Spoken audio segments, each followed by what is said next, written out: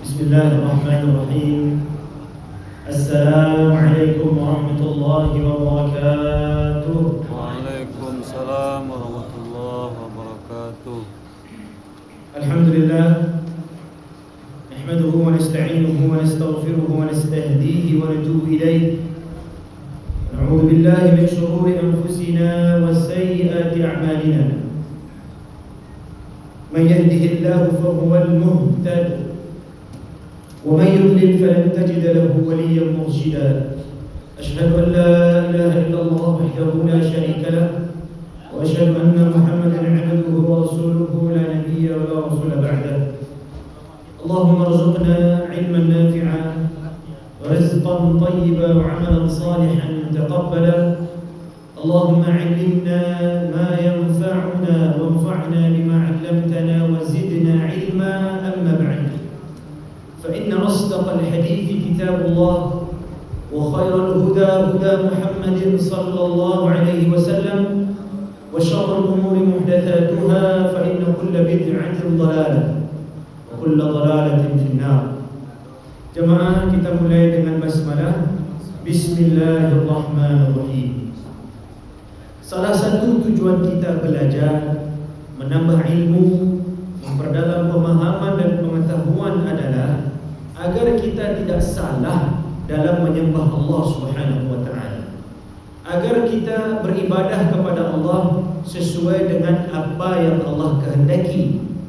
Tentunya karena kita tidak mendengar langsung firman Allah, kita tidak mendapatkan wahyu dari Allah, maka kita perlu mendapat penjelasan dari Nabi Muhammad sallallahu alaihi wasallam. Karenanya dalam banyak ayat dan banyak hadis kita disuruh untuk mengikuti apa yang Nabi perintahkan. Allah berfirman, "Qul in kuntum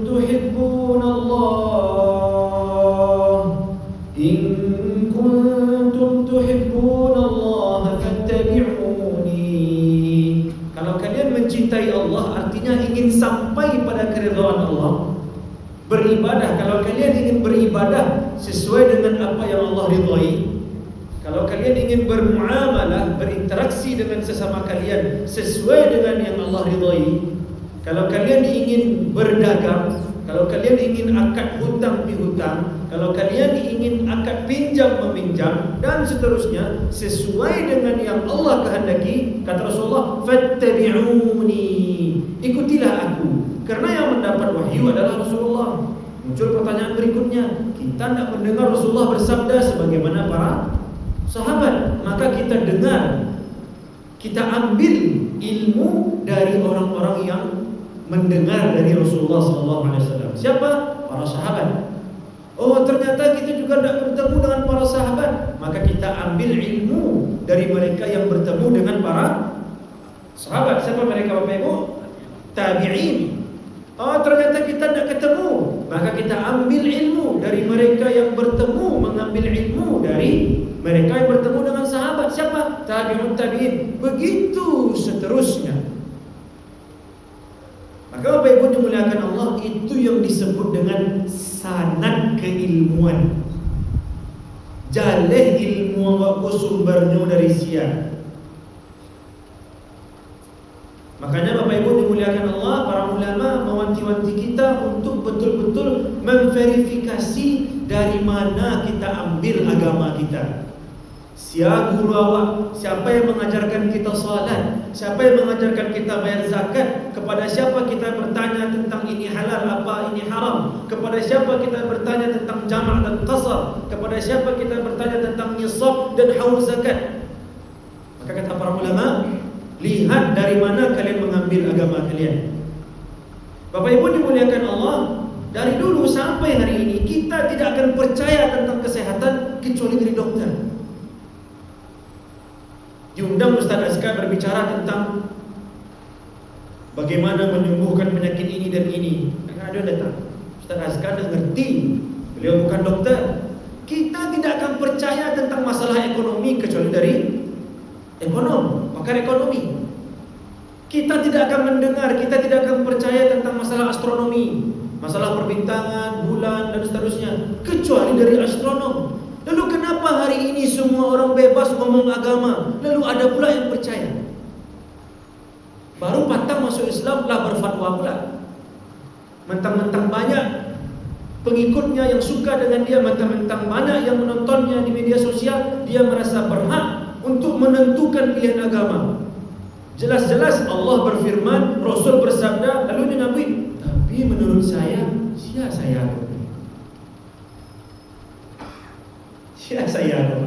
Dia bukan ulama. Pun dia ulama, dia tidak berhak mencampur adukkan perkataan dia dengan firman Allah dan sabda Nabi. Makanya dalam ayat dalam Al-Quran Allah berfirman, tidak ada hak bagi mukmin, maka li mu'minin wala mu'minatin ay yakuna lahumul khiyaratu min amrihim. Tidak boleh, tidak ada kesempatan bagi orang beriman itu untuk memilih kalau dah ditentukan oleh Allah, dah sami'na wa ata'na, kita kerjakan. Lalu bagaimana kita mengerjakannya? Itulah gunanya kita belajar supaya tidak salah, supaya yang halal di sisi Allah memang yang halal yang kita kerjakan. Jangan sebaliknya, haram bagi Allah malah halal menurut kita. Halal bagi Allah sudah Allah halalkan malah haram menurut kita. Maka perlu kita belajar. Padahal boleh qasar salat, tapi kita tidak mengqasar. Padahal tidak boleh menjamak, tapi kita menjamak juga. Dari mana kita tahu? Belajar. Makanya Bapak Ibu mengulang apa yang kita sampaikan pekan lalu. Satu-satunya hal yang diminta tambah oleh para nabi, dan itu merupakan perintah Allah, adalah tambah ilmu. Apa doanya Ibu? Rabbi zidni ilma, supaya bertambah pemahaman kita. Maka tidak boleh sembarangan mengambil agama, tidak boleh. Bahkan Bapak Ibu, budaya orang dulu, ikut budaya orang dulu. Kalau ada ahli hadis, ini budaya orang dulu Bapak Ibu ya. Kalau ada ahli hadis makan di rumah makan, maka itu dianggap khawarimul muru'ah. Apa itu? Penghancur adab seorang penuntut ilmu. Jadi dahulu, budaya dulu, adab dulu, penuntut ilmu, ulama itu tidak makan di luar. Jadi kalau ada nampak perawi hadis makan di luar, tidak jadi cuma ambil hadis dari ustaz. Atau ada seseorang yang sudah berjalan ratusan kilometer untuk mendengarkan hadis dari seorang syekh. Ternyata menjalankan kajian, syekh itu memelihara burung dalam sarang, tidak jadi diterima hadis. Atau lebih tasyadud, lebih ekstrim lagi. Ini kalau tidak salah perkataannya Sufyan Ats-Tsauri, kalau tidak salah. Beliau mengatakan bahwa kami tidak akan mengambil hadis dari ulama yang naik onta kurus berdua. Keledai onta kurui nunaian berdua, tidak terima hadis. Atau ada ulama hadis, kalau di awalnya mungkin nyoy bawa ayam, di bawahnya ayam, di bawahnya kucing, tak nyoy makan, tak diambil hadis. Nah ini dia tidak belah, itu sudah ulama hadis. Nah zaman sekarang hanya bermodalkan banyaknya penonton di YouTube-nya atau di video-videonya, lalu dia tahu sedikit tentang agama, oh sudah berfatwa, subhanallah. Ada fatwa dari MUI yang dimintai pendapatnya si artis. Ini yang berfatwa MUI. Tahu qala Allah, qala Rasul, mengerti asbabun nuzul, tahu nasikh dan mansukh, tahu ayat muhkam dan mutasyabih. Itu yang ditanya artis. Bagaimana pendapat Anda tentang fatwa MUI? Nah, di situ masuk menurut saya tadi. Ulama berbicara qala Allah wa qala Rasul, dia membantah dengan tapi menurut saya sia saya. Maka Bapak Ibu dimuliakan Allah, beruntunglah kita. Ini kita sampaikan dalam rangka supaya kita lebih yakin dan kuat untuk menyisakan waktu dalam rangka menambah ilmu. Kalau uang Pak, Bu, sampai barang rupiah akan dicari. Uang mau sampai berapa rupiah dicari. Gelar sosial mau sampai setinggi apa. Maka perlu kita sisihkan waktu untuk ilmu. Dan majelis ilmu ini adalah majelis keberkahan. Majelis keberkahan. Dan bersyukurlah kita dari usia paling tua. Siapa paling tua? Tapi kalau paling tua pun ada yang ngaku biasanya apa? Dari usia paling tua sampai usia paling muda hadir di majelis ilmu, maka bersyukurlah kita. Selagi di masjid ini masih ada majelis ilmu, bersyukurlah. Celah, silahkan celah diri sendiri ketika banyak majelis ilmu, tapi awak hanya mendengar kabar patang ada ceramah, tadi ada ceramah, awak ada di situ. Silahkan celah diri kita sendiri. Bapak Ibu dimuliakan Allah, kita masih melanjutkan pembahasan tentang wakaf. Pembahasan tentang wakaf. Halaman 343. Kita sudah membahas rukun dan macam-macam wakaf agaknya. Ini bahasa syarat wakaf ya. Sekarang syarat-syarat wakaf. Bagaimana wakaf itu bisa sah? Bagaimana wakaf itu bisa sah? Silakan. Beberapa syarat dari yang berwakaf. Seserahnya. 1. Selama-lamanya, berarti tidak dibatasi dengan waktu. Maka jika seseorang berkata, saya wakafkan ini kepada fakir miskin dalam masa 1 tahun, wakaf semacam itu tidak sah karena tidak selama-lamanya. Jadi Bapak Ibu, wakaf itu kan sudah kita sampaikan, konsep wakaf itu adalah ketika seseorang mengembalikan kepemilikan kepada sang pemilik, yaitu Allah. Saya wakafkan uang saya 1 juta, saya wakafkan rumah saya wakafkan sumur, saya wakafkan tanah dan seterusnya. Artinya saya kembalikan ini kepada Allah untuk dimanfaatkan oleh kaum muslimin. Tentu harus ada orang yang menerima wakaf. Yang menerima wakaf ini kemarin ketika kita membahas rukun disebut nazir. Nazir, dia bukan pemilik wakaf, tapi dia penerima wakaf. Dia yang berhak mengelola wakaf sesuai dengan peraturan yang ada. Dia yang bertanggung jawab agar wakaf ini tidak hilang, agar wakaf ini tidak habis.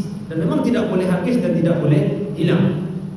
Makanya harus selama-lamanya. Jadi kalau Allah berwakaf, Bapak Ibu dimuliakan Allah, kalau akadnya wakaf maka tidak dikaitkan dengan waktu sampai sekian. Nah, apakah boleh kita umpamanya saya pinjamkan, saya wakafkan ini selama 1 tahun, pakailah, manfaatkanlah. Dia tidak menjadi wakaf tapi menjadi amal soleh dalam bentuk lain.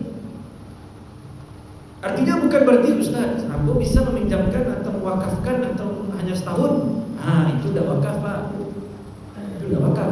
Tapi dia bisa menjadi amal soleh yang lain. Ibu-ibu umpamanya bilang ke pengurus masjid, ambo punya rumah besar, silakanlah dipakai selama 3 tahun. Karena anak ambo kuliah di luar negeri, 3 tahun baru pulang. Pakailah. Itu bukan wakaf. Karena wakaf itu betul-betul ambillah. Ambo wakafkan berarti saya kembalikan ini kepada sang pemilik, yaitu Allah. Silakan dimanfaatkan untuk kaum muslimin. Itu wakaf. Jadi ini syarat yang pertama. Wakaf itu harus selama-lamanya. Walaupun ada pendapat yang dianggap aneh atau pendapat yang dianggap tidak populer, yang mengatakan bahwa boleh, artinya sah wakaf kalau dibatasi. Jadi sebenarnya Bapak Ibu bukan tentang sah atau tidak, tapi tentang apakah itu dianggap wakaf atau tidak. Maka bagi yang ingin meminjamkan atau mempersilahkan orang menggunakan tanahnya, garaplah tanah ini, garaplah ini selama 1 tahun, 10 tahun, itu sah sebagai amal saleh, tapi dia tidak dianggap wakaf. Karena wakaf itu sekali kasih pantang untuk dikembalikan atau diambil lagi. Gitu. Wallahu a'lam. Yang pertama, selama-lamanya. Yang kedua, syarat wakaf itu tunai dan tidak ada khiyar syarat. Sebab wakaf itu maksudnya adalah memindahkan milik pada waktu itu. Jika disyaratkan khiyar atau dia berkata, kalau si A datang, saya wakafkan ini kepada murid-murid, maka wakaf semacam itu tidak sah karena tidak tunai.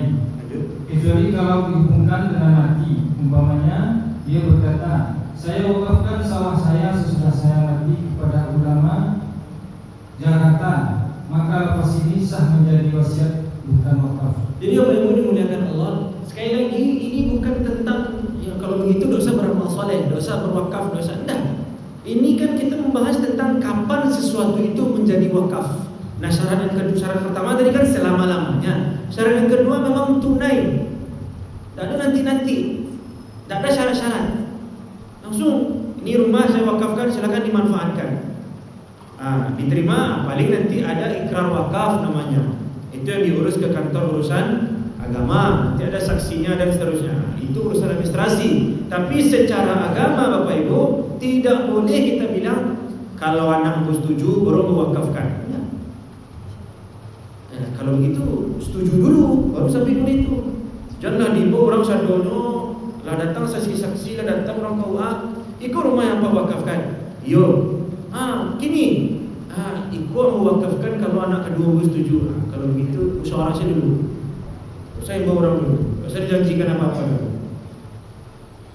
Jadi dia menjadi sah, syaratnya terpenuhi sebagai wakaf ketika tunai.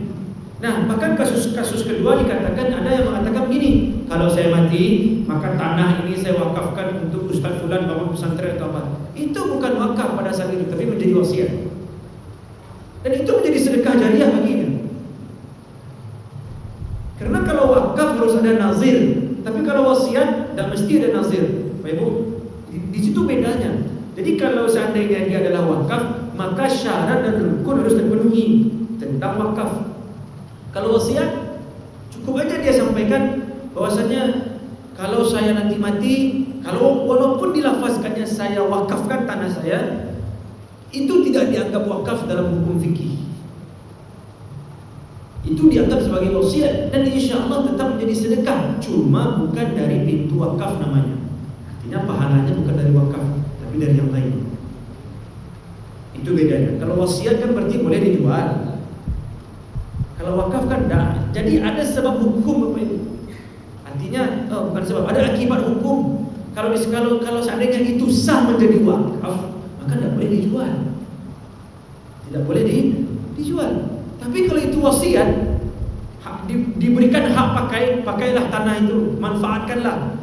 Kalau saya sudah mati, maka itu tidak jadi wakaf. Berarti kalau seandainya lebih maslahat untuk dijual, maka tanah yang diwasiatkan itu boleh dijual untuk amal soleh lain. Untuk amal soleh lain, karena kepemilikannya sudah dipindahkan ke orang lain. Tapi kalau wakaf kan tidak boleh dijual. Nah itu yang harus kita perhatikan. Ketika dia wakaf tidak boleh dijual lagi. Tapi ketika dia bukan wakaf, maka boleh diatur sesuai dengan maslahat yang diperkirakan lebih besar. Sehingga Bapak Ibu dimuliakan Allah, penting kita klasifikasikan mana yang wakaf, mana yang bukan wakaf. Nomor 3. Syarat wakaf yang ketiga, hendaklah jelas kepada siapa diwakafkan. Kalau dia berkata, saya wakafkan rumah ini, wakaf itu tidak sah karena tidak jelas kepada siapa diwakafkannya. Jadi Bapak Ibu dimuliakan Allah, itulah disebut dengan nazir. Nazir wakaf. Nazir wakaf itu artinya orang yang berhak menerima wakaf. Dia punya kemampuan, dia punya waktu untuk mengelola harta wakaf, dia punya inovasi. Jadi jangan sampai saya wakafkan rumah ini kepada bapak, kepada ibu, kepada yayasan ini, tapi sudah itu jadi aset mati saja. Sayang, tidak jadi dapat pahala yang mengalir yang diharapkan oleh wakif, oleh orang yang berwakaf. Mungkin ada pahalanya, tapi tentu tidak sebesar ketika rumah itu dimanfaatkan, tanah itu dimanfaatkan. Maka Bapak Ibu dimuliakan Allah, harus jelas kepada siapa diwakafkan. Boleh kepada personal nazir wakaf, atau mungkin ini saya wakafkan kepada yayasan ini, kepada badan hukum. Yang penting Bapak Ibu jelas untuk siapa diwakafkan. Maksudnya apa Bapak Ibu? Dikelola oleh orang tersebut dan dia bisa mengatur keuntungannya diperuntukkan untuk siapa. Jadi kalau hasil keuntungan wakaf tidak seperti zakat, orang non-muslim pun boleh mendapatkan keuntungan dari wakaf. Tapi tentu yang didahulukan orang muslim. Allahu a'lam bishawab. Ini syarat dari yang berwakaf. Ini kalau seandainya yang berwakaf, maknanya ibu mewakafkan rumah, lalu ibu memberikan syarat. Bagaimana penjelasannya? Silakan. Beberapa syarat dari yang berwakaf. Apabila wakafnya itu sah, maka tempat berwakaf berhak mengambil hasilnya, baik manfaat seperti mendiami rumah, atau zat seperti buah pohon yang berwakaf diwakafkan atau susu hewan yang diwakafkan, sewa wakaf dan sebagainya. Ya, ini kan cerita kalau seandainya ada hasil dari wakaf tersebut. Nah, orang yang menerima, yang mengelola itu berhak memanfaatkannya. Lanjut. Sungguh pun begitu, hendaklah diatur menurut aturan syarat-syarat dari yang berwakaf, sama atau tidaknya, yang terdahulu dan yang terkemudian. Umpamanya dia berkata, saya wakafkan ini kepada anak-anak saya untuk laki-laki dua kali bagian perempuan, penghasilan tahun yang pertama untuk perempuan dan penghasilan tahun yang kedua untuk laki-laki. Anak saya yang miskin atau yang sekolah tinggi dan sebagainya. Semua syarat itu wajib dijalankan. Umpamanya dia berkata, saya wakafkan ini kepada pengurus Muhammadiyah, kemudian kepada murid-murid, maka wakaf diberikan kepada pengurus Muhammadiyah selama pengurus itu masih ada, sedangkan murid-murid tidak mendapatnya. Jadi apa Ibu dimuliakan Allah, ini sebenarnya penjelasan teknis saja Ibu ketika umpamanya. Jadi kenapa ada disebut wakaf untuk keluarga? Karena memang wakaf itu ada wakaf ahli namanya. Masalah sudah kita jelaskan sebelumnya. Wakaf ahli. Ada saja. Jadi apa Ibu dimuliakan Allah, ada wakaf ahli, maksudnya wakaf untuk keluarga, untuk orang tertentu. Jadi rumah ini saya wakafkan untuk anak saya, boleh. Wakaf itu bukan berarti yang punya anak itu, tidak, cuma yang berhak manfaatkan anak itu. Yang tidak boleh itu kan berwasiat kepada ahli waris, itu tidak boleh. Sekali lagi Ibu, beda. Kalau berwasiat, umpamanya saya kasih rumah ini ke anak saya yang pertama, itu tidak boleh, karena la wasiyata li waris, kata Rasulullah. Tidak sah wasiat untuk ahli waris. Ini dari warisan dapat, dari ahli waris dapat loh, itu tidak sah. Tapi kalau disebut saya wakafkan rumah saya ini untuk anak saya nomor 2 karena dia miskin dan seterusnya, maka itu boleh. Kenapa Bapak Ibu? Karena wakaf bukan berarti rumah itu jadi milik anak. Dia milik Allah, dikembalikan kepada Allah, tetapi dimanfaatkan oleh anak yang ditunjuk oleh bapak tadi. Umpamanya anak ini miskin, sehingga Bapak Ibu dimuliakan Allah, anak yang pertama tidak boleh protes. Kenapa? Karena ini bukan pindah hak milik. Anak kedua itu karena dia miskin, karena memang ditunjuk oleh orang tuanya, maka dia berhak mengambil manfaat dari rumah yang diwakafkan, bukan mengambil rumah. Jadi tidak ada langsung dia urus ke BPN ganti nama rumah nama umum. Nah, ini wakaf. Tapi kalau wasiat rumah itu untuk dia, itu yang tidak boleh. Jadi di situ bedanya Bapak Ibu. Makanya kita perlu tahu klasifikasi ini jenis wakaf kah atau jenis wasiat. Kalau dia wasiat maka tidak boleh untuk ahli waris, tidak boleh untuk anak, tidak boleh untuk istri, tidak boleh untuk ahli waris, tidak boleh. Tapi kalau dia wakaf maka boleh untuk keluarga, termasuk untuk ahli waris, karena ada yang namanya wakaf ahli. Jadi Bapak Ibu dimuliakan Allah, ini contoh saja. Jadi atau umpamanya ada orang yang mewakafkan rumah kau untuk ustaz, silakan dikelola ustaz, lalu untuk anak-anak ustaz. Maksudnya apa ini? Kalau ustaznya meninggal, maka otomatis turun kepada anak-anak ustaz. Artinya yang mengelola anak-anak ustaz itu, dan seterusnya. Jadi Bapak Ibu, itu maksudnya kalaulah disyaratkan dia wakif, dia orang yang berwakaf, saya wakafkan ini untuk fulan, lalu untuk fulan. Nah, sama dengan ini, saya wakafkan dicontohkan di sini untuk pengurus Muhammadiyah. Kemudian kepada murid-murid, maka selagi pengurus Muhammadiyah masih ada, maka murid-murid Muhammadiyah tidak berhak untuk wakaf tersebut. Jadi wakaf tersebut diberikan kepada pengurus Muhammadiyah. Wallahu a'lam bishawab. Ini terkait syarat yang diberikan oleh wakif. Yang terakhir, menjual wakaf. Menjual wakaf, sebagaimana telah diterangkan di atas, wakaf itu hanya untuk diambil manfaatnya. Barang asalnya tetap tidak boleh dijual, diwariskan atau diberikan atau dihibahkan. Nah, itu Bapak Ibu poin yang harus kita pahami bersama. Kalaulah wakaf, kalaulah sah wakafnya, lah ada ikrar wakafnya, ini menjadi masalah. Kadang wakaf sah di saat itu, tapi tidak ada ikrar wakaf, tidak ada bukti administrasi. Ini yang sering menjadi masalah, sangat sering. Dan dibangun mushola di atas tanah wakaf itu, dan dibangun TK, dan dibangun macam-macam. Tapi ternyata ahli waris wakif, ahli waris orang yang berwakaf, dia tidak terima, dia bilang ini warisan kami. Padahal kalau sudah ada ikrar wakafnya, artinya sudah dikembalikan kepada Allah. Tidak mungkin ayah memberikan warisan kepada anaknya yang merupakan itu harta yang dikembalikan kepada Allah. Karena sekali lagi Ibu, wakaf itu adalah mengembalikan harta kepada sang pemilik hakiki, yaitu Allah SWT. Tak nama boleh dipulangkan kepada Allah SWT, lalu dimanfaatkan. Maka tidak boleh dijual, tidak boleh diwariskan, tidak boleh dihibahkan. Wakaf sampai hari kiamat tetap menjadi wakaf. Dan Bapak Ibu, peluang wakaf itu amat sangat besar sekali.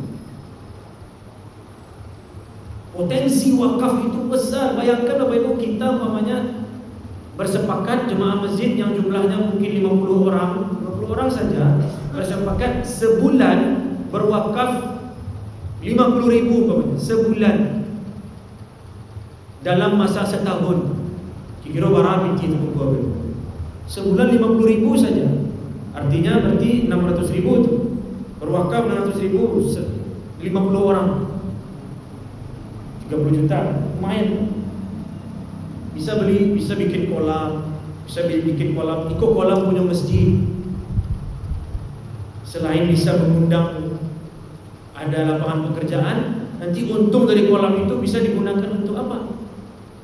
Jadi tidak ada lagi Bapak Ibu kita melihat masjid-masjid minta sumbangan di jalan. Oh ternyata Masjid Al-Munawwarah ini sudah profit, untung wakafnya itu sudah ratusan juta. Ya sudah, antar pengurus lagi.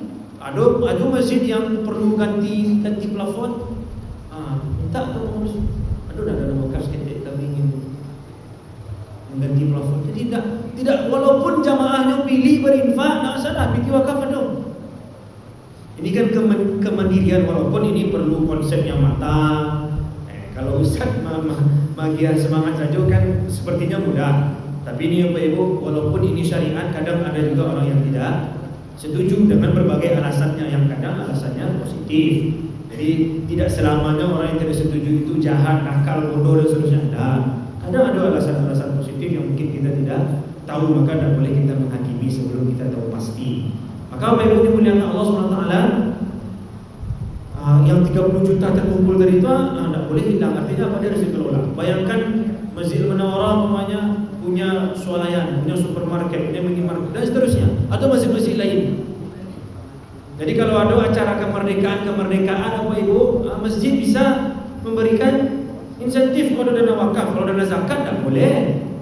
Kalau dana sedekah, ini sedekah untuk anak yatim, fakir miskin, tak ada peruntukannya untuk acara seperti itu. Kalau wakaf boleh dengan syarat, kalau pakai untuk tunggal, untuk hadiah, lomba lari, lomba ikut, boleh. Hal-hal yang mubah secara syar'i. Jadi tidak ada lagi yang menghambat jalan kita minta uang. Ini masuk bulan Juli, dari bulan Juli sampai nanti menjelang 17 Agustus saya bertambah pengemis, padahal hari kemerdekaan. Apa yang merdeka? Maka wakaf ini salah satu cara untuk memerdekakan ekonomi kita. Pelan-pelan bisa. Dan kabarnya Sumatera Barat melalui Pemprov, kalau tidak salah aku lupa apa nama programnya, bank wakaf atau apa begitu. Jadi ASN dan masyarakat diajak untuk berwakaf. Tidak banyak-banyak, nominalnya tidak banyak, tapi orangnya banyak. Sehingga Bapak Ibu Sumatera Barat ini tadi kita ada acara dengan Buya Gubernur, kemudian dengan salah satu ulama yang datang dari Suriah. Mereka mengatakan bahwa kita akan mempersiapkan anak-anak Sumatera Barat untuk kuliah di Suriah sana, yang insya Allah sekarang semakin aman, walaupun masih proses, tapi semakin aman insya Allah. Dan semua beasiswa. Jadi bayangkan di sana disiapkan beasiswa, barang kek pun dari PT hasil wakaf. Ini hal yang sebenarnya kalau diseriuskan indah betul.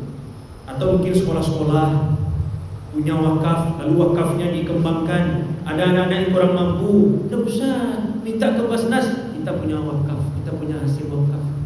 Anak-anak yang berprestasi kasih uang dari wakaf.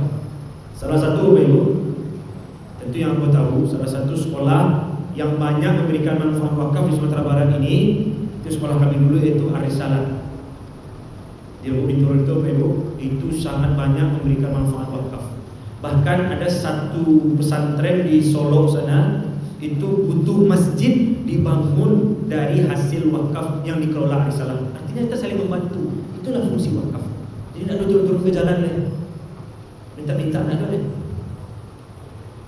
kalau dikelola dengan baik. Nah, tapi ada sini ada diskusi tentang mazhab. Silakan di baris kedua. Dalam mazhab Ahmad bin Hanbal, apabila manfaat wakaf tak dapat dipergunakan, wakaf itu boleh dijual dan uangnya diberikan pada gantinya. Begitu juga mengganti masjid atau mengubahnya, juga memindahkan masjid dari satu kampung ke kampung yang lain, atau dijual uangnya untuk mendirikan masjid di kampung yang lain. Kalau kampung yang lama tidak berkehendak lagi pada masjid karena sudah roboh umpamanya, hal demikian kalau dipandang sebagai kemaslahatan. Oke, jadi Bapak Ibu, ada pendapat yang mengatakan boleh dijual dengan syarat satu, memang barang itu tidak lagi memberi manfaat, harus dijual. Nah, di sini contohnya apa Bapak Ibu? Nah, di sini masjid contohnya. Masjid ini dijual tanahnya, namanya dirobohkan, lalu dijual tanahnya, pindah ke tanah yang lain. Yang penting tetap jadi masjid. Jangan ini masjid wakaf dijual lalu jadi minimarket, saudara. Itu tidak sesuai dengan wakaf awal. Maka tidak sah, tidak boleh seorang nazir berinovasi. Kayaknya masjid tidak ramai sekarang. Yang ramai apa? Yang ramai Bu. Lapangan voli sudah banyak-banyak ramai lapangan voli bermasjid le umpamanya. Tidak sah. Berarti nazir tidak amanah. Nah, masjid ya masjid. Dengan syarat kata Imam Ahmad, saat itu memang tidak diharapkan lagi maslahat kayak tidak mungkin di masjid itu ada solat batu. Kemudian lah daki ke sungai roboh itu masuk sungai. Kalau begitu cari yang lebih maslahat. Dalilnya apa? Ini dalil. Silakan baca. Ini perbuatan Umar bin Khattab. Bismillahirrahmanirrahim. Wa qala Musa li akhihi Harun اخلفني في قومي وأصلح ولا تتبع سبيل المفسدين. Bapak Ibu dimuliakan Allah SWT, ini ayat, tapi sebelumnya ada Umar bin Khattab, beliau mengganti masjid. Masjid itu adalah wakaf. Jadi di sini disebutkan beliau mengganti masjid Kufah yang lama dengan masjid yang baru. Juga tempatnya dipindahkan. Artinya boleh asalkan tetap menjadi wakaf awal. Kalau wakafnya minimarket tetap jadi minimarket. Kalau wakafnya masjid tetap jadi masjid. Nah, sekarang ada lagi Bapak Ibu dimuliakan Allah SWT, yang menjadi inti dari wakaf itu kan dua. Satu, barangnya terjaga. Dua, manfaatnya terasa. Itu wakaf. Maka dua hal ini yang harus dijaga. Ketika barangnya ada dan tidak bermanfaat, maka perlu dipikirkan bagaimana supaya bermanfaat. Barangnya tetap ada. Kayaknya kalau di sini posisinya manfaatnya tidak ada nih, pindahkan. Maka boleh dipindahkan. Jadi yang menjadi titik fokus dari wakaf itu adalah maslahat, keuntungan, apa yang didapat masyarakat, apa yang didapat oleh kaum muslimin. Salah satunya juga firman Allah SWT ketika Nabi Musa berkata kepada Nabi Harun yang menggantikan beliau. Di sini dikatakan wa aslih wa la tattabi' sabil mufsidin. Ada istilah wa aslih. Wa aslih itu artinya dan perbaikilah. Pastikan ada maslahat, ada kebaikan. Itu salah satu bentuk memperbaiki. Salah satunya menjual. Kalau seandainya tidak bisa dipelon harus dijual, jual. Tapi bangun lagi, bikin lagi yang serupa dengan wakaf awal. Nah, kemudian Bapak Ibu dimuliakan Allah, di ayat berikutnya in uridu illa al-islaha mastata'tu. Itu firman Allah SWT. Nabi Syuaib mengatakan, aku tidak menginginkan yang lain-lain kecuali hanya islah. Apa itu islah? Kemaslahatan, kebaikan. Karena Bapak Ibu, agama kita semua syariatnya bertujuan untuk memberikan kemaslahatan. Bukankah Allah Subhanahu wa taala berfirman, yuridullahu bikumul yusra wa la yuridu bikumul usra. Allah menginginkan kebaikan untuk kalian dan Allah tidak menginginkan kesusahan.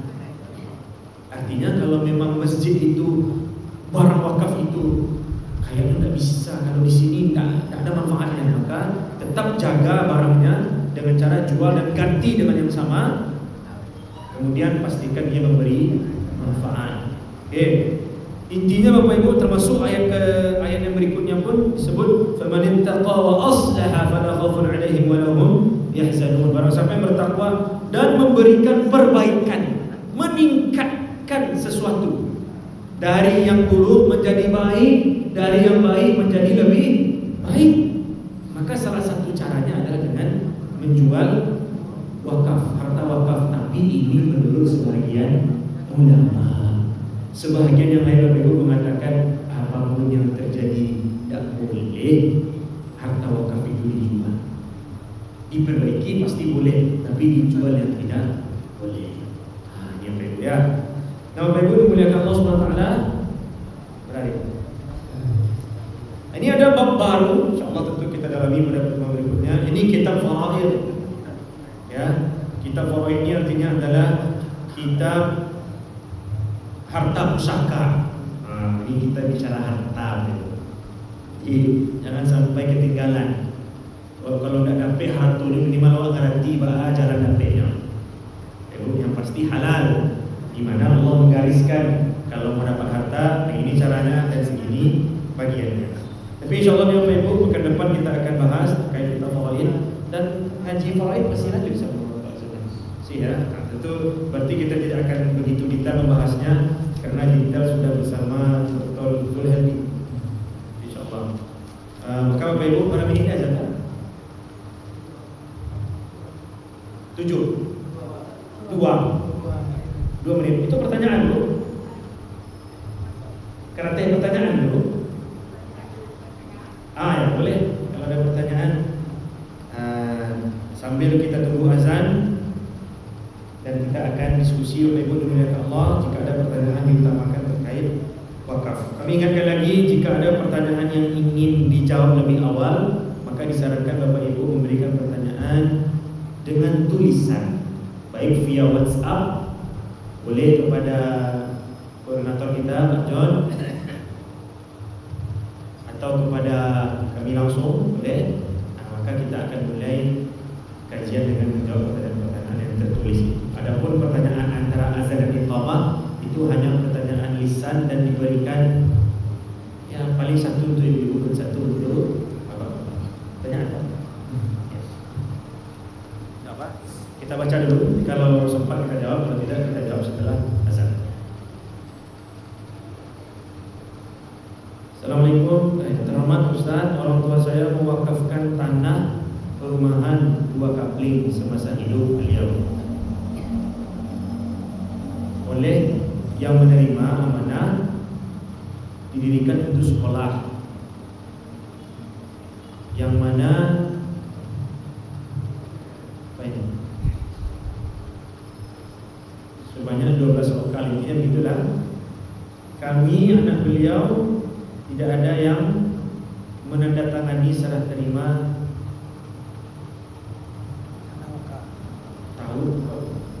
tersebut. Pertanyaan, bagaimana caranya untuk menguasai kembali? Kita dengar azan dulu Ibu. Habis itu baru dengar.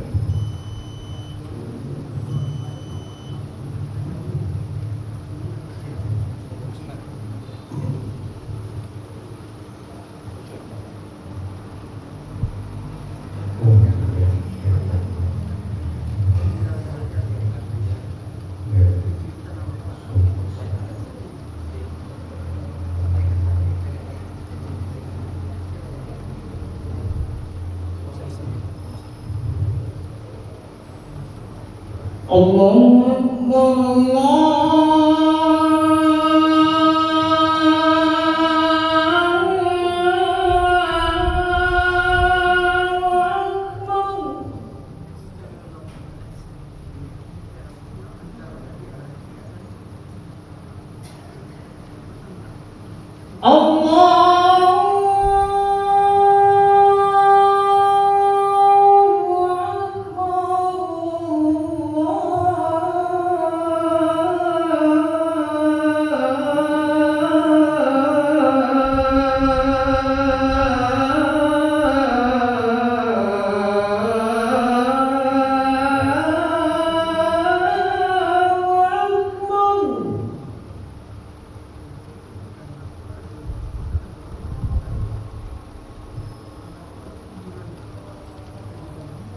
أشهد أن لا إله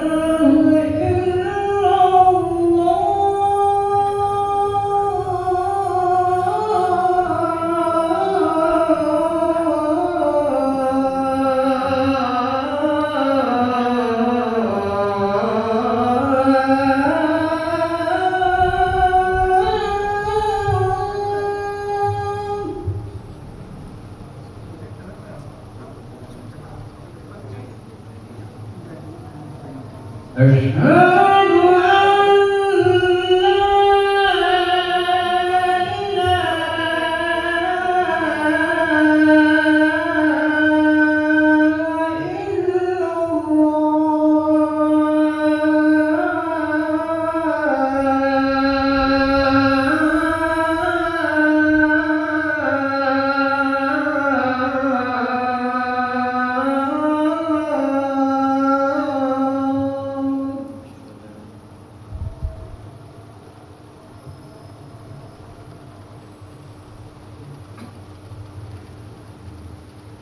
أشهد أن محمدًا رسول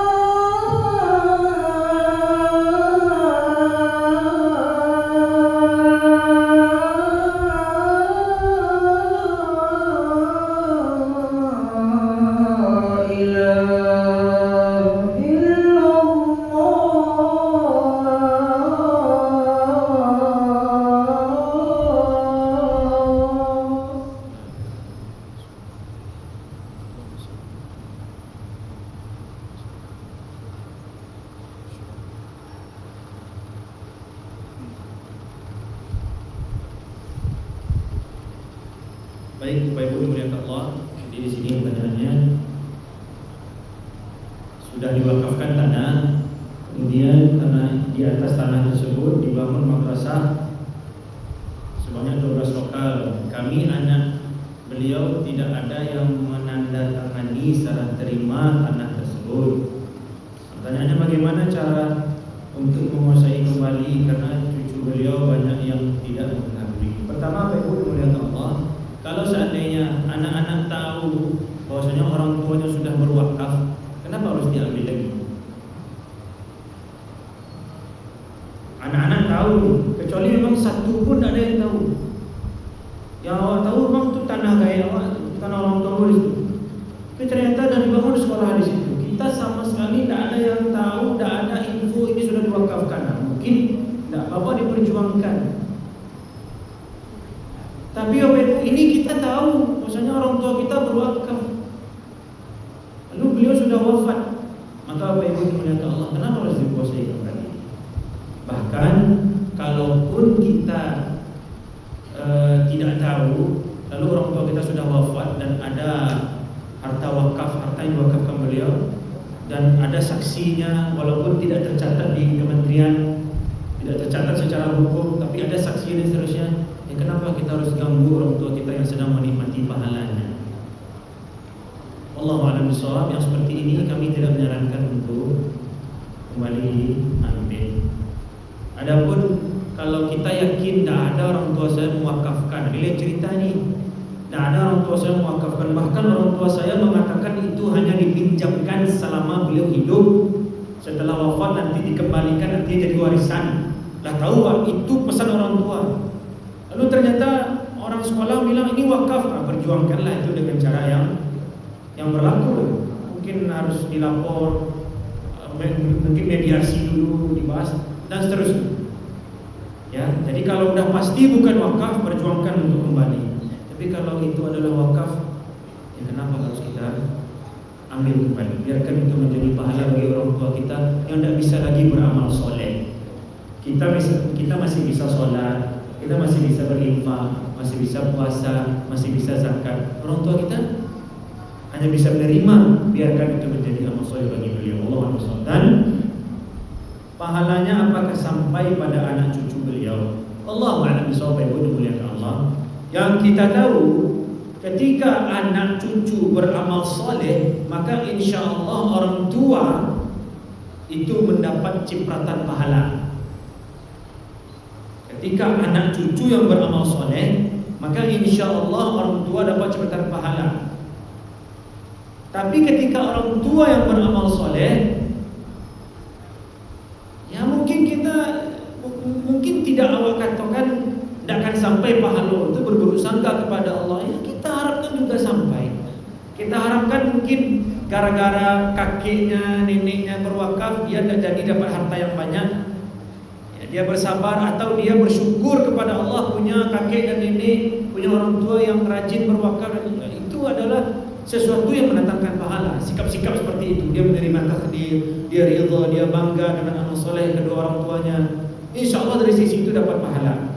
Jadi Bapak Ibu dimuliakan Allah, pahala itu yang kita tahu, tentu al-ilmu indallah, Allah yang tahu ikut berpahala atau tidak, ikut sampai atau tidak, siapa dapat itu kan hanya Allah. Kita hanya bisa meraba-raba dengan ilmu kita yang amat sangat dangkal dan terbatas ini. Kalau anak yang beramal soleh, itu insya Allah naik pahalanya. Gurunya dapat pahala, yang menyekolahkan anak ke situ sia ayahnya dapat pahala, yang sepakat anak di sekolah di situ sia amaknya dapat pahala, yang kadang bagi dukungan supaya cucunya sekolah di situ sia kakeknya neneknya dapat pahala. Artinya apa ibu? Kalau seorang anak, seorang cucu beramal saleh, insya Allah naik pahala ke atas. Tapi kalau orang tua beramal saleh, Allah a'lam bishawab, semoga saja ada pahala untuk anak cucu. Allah a'lam bishawab. Silakan, ada pertanyaan Pak Ibu? Silakan.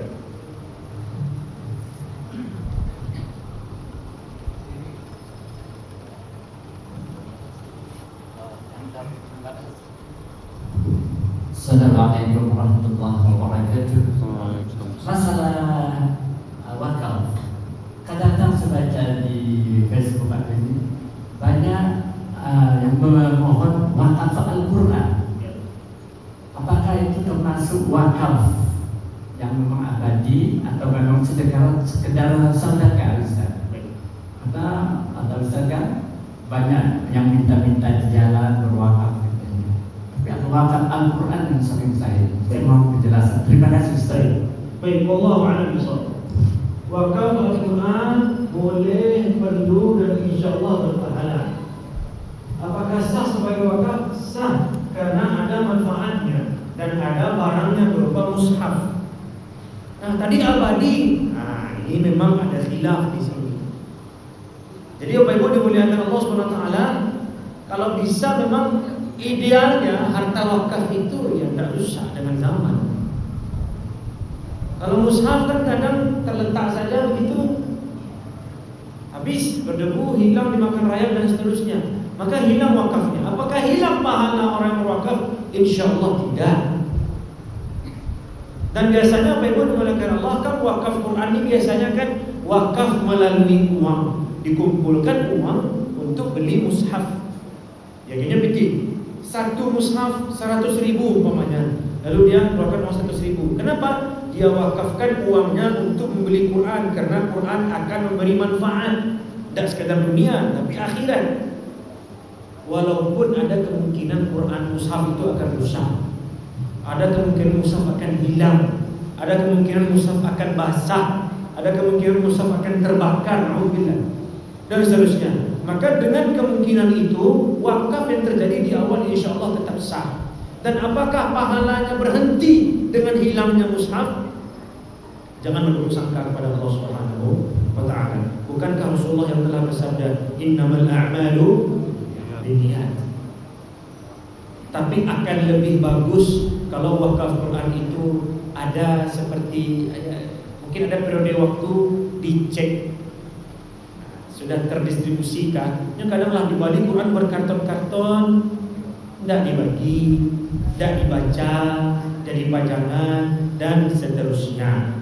Maka Bapak Ibu dimuliakan Allah SWT, wakaf Quran bagus, wakaf Quran dianjurkan, tapi pengelolaannya yang butuh diseriuskan lagi, terutama dalam rangka untuk memonefnya, dimonitoring. Pak A perjalanan wakaf Quran sehingga niatnya sampai. Jadi Bapak Ibu jangan berburuk sangka kepada Allah. Udah hanyut, pokoknya dia wakaf Quran di Aceh, banjir kemarin hilang pahala saya. Ya kalau begitu persangka kita kepada Allah, maka itulah yang Allah berikan. Tapi kalau kita berbaik sangka dengan hadis Nabi tadi, niat saya dari awal ini wakaf ya Allah, maka kita berharap sebagaimana wakaf itu bernilai abadi, semoga pahala kita juga abadi di sisi Allah Subhanahu wa ta'ala. Allah a'lam bishawab. Dari ibu silakan kalau ada sesuatu. Oh, cukup. Tadi itu dari ibu mewakili. Ya, Bapak Ibu dimuliakan Allah SWT, mungkin demikian saja. Pasti banyak khilaf dan salah, kepada Allah mohon ampun. Astagfirullah. Dan kepada kita semua mohon maaf. Mari kita bersiap-siap untuk salat Isya. Kita susun saf kita, tutup dengan hamdah dan kafaratul majlis. Alhamdulillahil alamin. Subhanakallahumma wa bihamdik, asyhadu an la ilaha illa anta, astaghfiruka wa atubu ilaik. Assalamualaikum warahmatullahi wabarakatuh. Waalaikumsalam warahmatullahi wabarakatuh.